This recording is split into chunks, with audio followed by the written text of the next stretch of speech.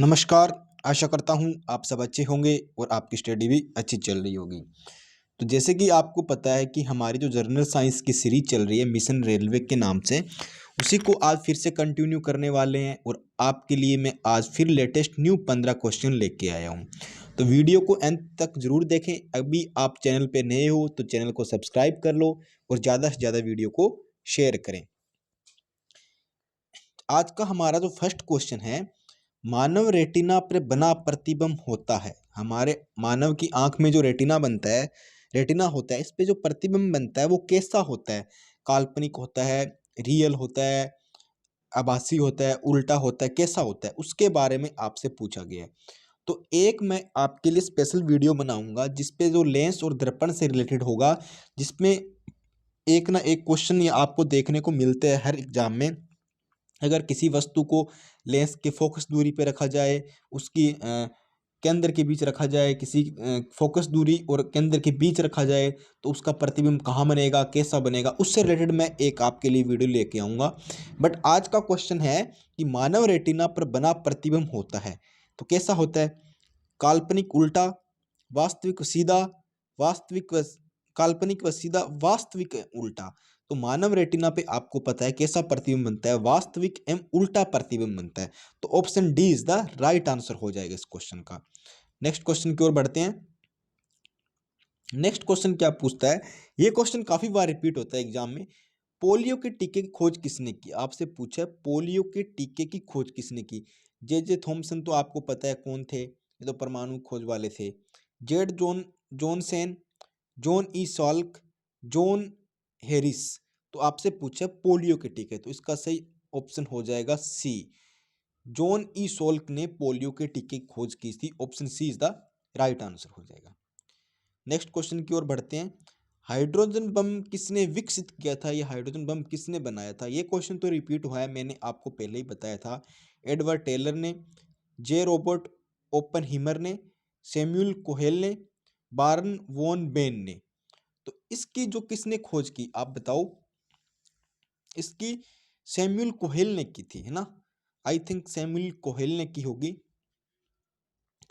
Hydrogen bomb की खोज पूछी गई है आपसे, तो किसने की थी? तो सैमुअल कोहेल ने इसकी खोज की थी। नेक्स्ट क्वेश्चन की ओर बढ़ते हैं। कोशिका सिद्धांत का प्रतिपादन किसने दिया था? कोशिका का सिद्धांत है, उसका प्रतिपादन किसने दिया आपसे पूछा है। तो Aspdin and Priestley, Schleiden and Schwann, Watson and Crick, Banting and Best. तो इसका सही ऑप्शन हो जाएगा option B is the right answer हो जाएगा। स्लाइडेन एंड स्वान ने इसके कोशिका सिद्धांत का प्रतिपादन दिया था। नेक्स्ट क्वेश्चन क्या है, भूकंपों का अध्ययन क्या कहलाता है?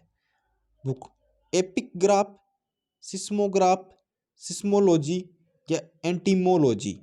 तो भूकंपों का अध्ययन पूछा है आपसे, तो सिस्मोग्राफ क्या होता है? भूकंप को मापने वाला यंत्र होता है। किसी चीज का अध्ययन होता है, उसकी स्टडी की जाती है, उसके क्या होता है, मोस्टली आप याद रखना उसके पीछे लॉजी लगता है, हमेशा लॉजी ही लगता है उसके पीछे। तो यहाँ सिस्मोलॉजी हो जाएगा। बहुत सारे स्टूडेंट भूकंप का नाम देख के सही क्वेश्चन नहीं रीड करेंगे तो वो सिस्मोग्राफ बी ऑप्शन कर देंगे, बट ये गलत हो जाएगा। यहाँ भूकंपों का अध्ययन, भूकंप की स्टडी के बारे में पूछा, अर्थक्वेक की स्टडी के बारे में, तो सिस्मोलॉजी इसका सही आंसर हो जाएगा। Option C is the right answer है। नेक्स्ट क्वेश्चन की ओर बढ़ते हैं। वनस्पति तेलों से कृत्रिम घी बनाने में किस उत्प्रेरक का उपयोग किया है? ये भी क्वेश्चन काफी बार रिपीट होता है, घी से वनस्पति तेल या वनस्पति तेल से घी बनाने का। तो उसमें जो उत्प्रेरक होता है वो क्या होता है? गर्म एल्यूमिना, लोहे चूर्ण, प्लेटिनम चूर्ण या निकल। तो उसमें जो उत्प्रेरक होता है, उत्प्रेरक तो आपको पता होगा ना, जब कोई रिएक्शन होती है उसके ऊपर या बाहर से ऐड किया जाता है, जो उससे रिएक्शन की स्पीड को घटाता है या बढ़ाता है, उसकी मतलब स्पीड में चेंज करता है, एक तरह से उसका जो प्रोडक्ट बनता है उसमें भी चेंज करता है। तो उत्प्रेरक बाहर से मिलाया जाता है। जैसे किसी के घर के अंदर बाहर से कोई व्यक्ति आकर लड़ाई करा देता है, ठीक है, तो वो एक तरह का उत्प्रेरक ही होता है। तो वो यहाँ पे पूछा गया है। तो इसका सही आंसर क्या हो जाएगा? Option A is the right answer, गर्म एल्यूमिना ऑप्शन हो जाएगा इसका। नेक्स्ट क्वेश्चन की ओर बढ़ते हैं। रेबीज के टीके की खोज किसने की? ये भी काफी इंपॉर्टेंट क्वेश्चन है, बहुत बार रिपीट होता है। एडवर्ड जेनर ने, लुइस पास्चर ने, अलेक्जेंडर ने, गोल्डस्टीन ने। तो रेबीज के टीके की खोज तो आपको पता है लुईस पास्चर ने की थी। Option B is the right answer हो जाएगा इस क्वेश्चन का। नेक्स्ट क्वेश्चन की ओर बढ़ते हैं। नेक्स्ट क्वेश्चन हमारा क्या बोलता है, अमोनिया गैस बनाने में हेबर विधि में किस उत्प्रेरक का उपयोग किया जाता है। तो अमोनिया गैस बनाने के लिए आप कौन सी विधि का उपयोग करोगे, हेबर विधि, ये अभी याद रखना है। ये दो क्वेश्चन हो गए एक क्वेश्चन में। उसमें आपसे पूछा उत्प्रेरक कौन सा होता है, तो क्यूप्रिक क्लोराइड होता है, प्लेटिनम चूर्ण होता है, निकल होता है, लोहे चूर्ण होता है। तो वो हेबर विधि से जब हम अमोनियम गैस बनाते हैं तो उसमें जो हम उत्प्रेरक लेते हैं वो लोहे चूर्ण को लेते हैं। क्या लेते हैं, लोहे चूर्ण को लेते हैं। Option D is the right answer हो जाएगा। Option D is the right answer. ये क्वेश्चन अलग आ गया क्या थोड़ा, चलो कोई ना, फिर भी काम का क्वेश्चन है, याद रख लेना। जनरल नॉलेज का क्वेश्चन है, जनरल साइंस का तो नहीं है। भारतीय स्टेट बैंक की स्थापना किसने की थी।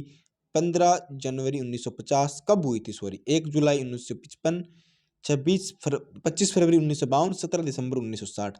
तो भारतीय स्टेट बैंक पूछा है आपसे, तो इसकी स्थापना हुई थी 1 जुलाई 1955। तो आप कमेंट सेक्शन में ये बताओ आरबीआई की स्थापना कब हुई थी, भारतीय रिजर्व बैंक की स्थापना कब हुई थी, आरबीआई की स्थापना बताना है आपको कमेंट सेक्शन के अंदर। नेक्स्ट क्वेश्चन की ओर बढ़ते हैं। किस धातु को चाकू से आसानी से काटा जा सकता है, कौन सी धातु जिसको चाकू से आसानी से काटा जा सकता है। Mercury, iron, copper, sodium. तो आपको पता है कॉपर होता है ना, बहुत मुलायम होता है, पनीर की तरह ही होता है एक तरह से। उसको केरोसिन में डुबो के भी रखा जाता है, क्योंकि भारी ऑक्सीजन या वातावरण के संपर्क में आने से ऑक्सीजन के साथ वो जल्दी रिएक्ट करता है। तो इसलिए हम केरोसिन में डुबो के रखते हैं उसको, और वो उसको आसानी से हम चाकू से काट सकते हैं। Option D is the right answer हो जाएगा इस क्वेश्चन का। नेक्स्ट क्वेश्चन की ओर बढ़ते हैं। विद्युत का सर्वोत्तम चालक, ये तो आप बता ही दोगे, कहीं भी कैसा ही क्वेश्चन आ जाए, लेड, कॉपर, एल्यूमिनियम, सिल्वर। तो विद्युत का सर्वश्रेष्ठ कंडक्टर होता है, अच्छा चालक होता है, वो होता है सिल्वर होता है। Option D is the right answer. Next question की बात करते हैं। सोडा वाटर में नींबू का रस डालते हैं तो बुलबुले निकलते हैं, इनमें क्योंकि इसमें होता है। आपसे पूछा है, आपने देखा होगा जब सोडा वाटर में हम नींबू डालते हैं, सोडा पानी आप सबने पिया ही होगा, तो उसमें बुलबुले क्यों निकलते हैं। वह अम्ल होता है, उदासीन है, सार है, उपरोक्त सभी है। तो क्या है, वो क्षार है, वो एक बेस की तरह काम करता है। सोडा वाटर में नींबू डालने से बुलबुले निकलते हैं क्योंकि वो क्या है, क्षार है। Option C is the right answer. Next question की ओर बढ़ते हैं। कटे हुए सेब का रंग कुछ देर बाद भूरा हो जाता है क्योंकि वायु से क्रिया करके बना लेता है।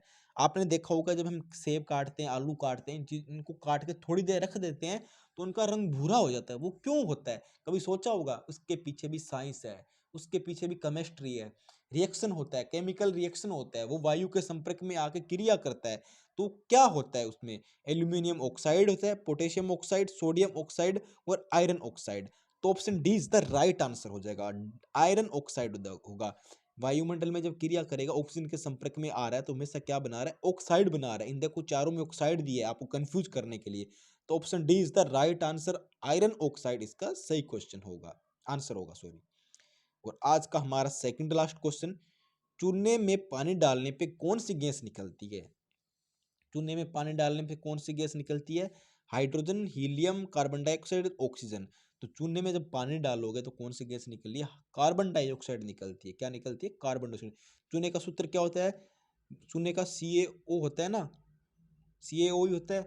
फिर उसके बाद हम उसमें रिएक्शन कराते हैं, पानी डालते हैं, CaO में डालते हैं, H2O मिक्स करते हैं, तो क्या निकल बनता है, बुझे हुए चूने का सूत्र क्या बनता है, बुझे हुए चूने का सूत्र क्या बनता है, CaOH की ट्वाइस बन जाता है ना, CaOH की ट्वाइस बन जाता है। साथ में क्या बन निकलती है, CO2 कार्बन डाइऑक्साइड, उधर से गैस भी निकलती है।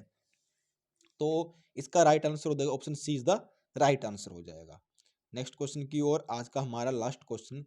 हरी मेहंदी में कौन सा पदार्थ पाया जाता है जिसके कारण वह लाल होती है। आपने देखा होगा घरों में जब भी कोई लड़की या हमारे मेहंदी लगाते हैं, शादी विवाह में मेहंदी का यूज करते हैं, आपने बहुत सारे लोगों ने लगाई भी होगी, तो बहुत सारे लोगों को लगनी बाकी है, लग जाएगी, पढ़ते रहिए। तो उसमें वो मेहंदी हरी होती है, तो उसमें लाल रंग ही क्यों आता है जब हम हाथ के लगाते हैं। तो उसमें कौन सा पदार्थ या कौन सा केमिकल होता है जिससे लाल रंग शो करता है, लासोन, कार्बन, आयरन, पोटेशियम। तो लाल रंग की बात की है, लय से लाल होता है, लय से क्या है, लासोन होता है, याद रखने का अच्छा तरीका है। तो option A is the right answer हो जाएगा, क्या होगा, लासोन। तो ये आज के हमारे 10 क्वेश्चन, सॉरी 15 क्वेश्चन थे। उम्मीद करता हूँ आपको पसंद आए होंगे। डेली आपको इसी तरह के न्यू लेटेस्ट 15 क्वेश्चन मिलेंगे जो आपके हर एग्जाम के लिए काफ़ी इंपॉर्टेंट होने वाले हैं। क्लास को ज़्यादा से ज़्यादा शेयर करें, चैनल को सब्सक्राइब करें। मिलते हैं नेक्स्ट क्वेश्चनों के साथ नेक्स्ट क्लास में, तब तक मेरे साथ जुड़े रहें। जय हिंद, धन्यवाद।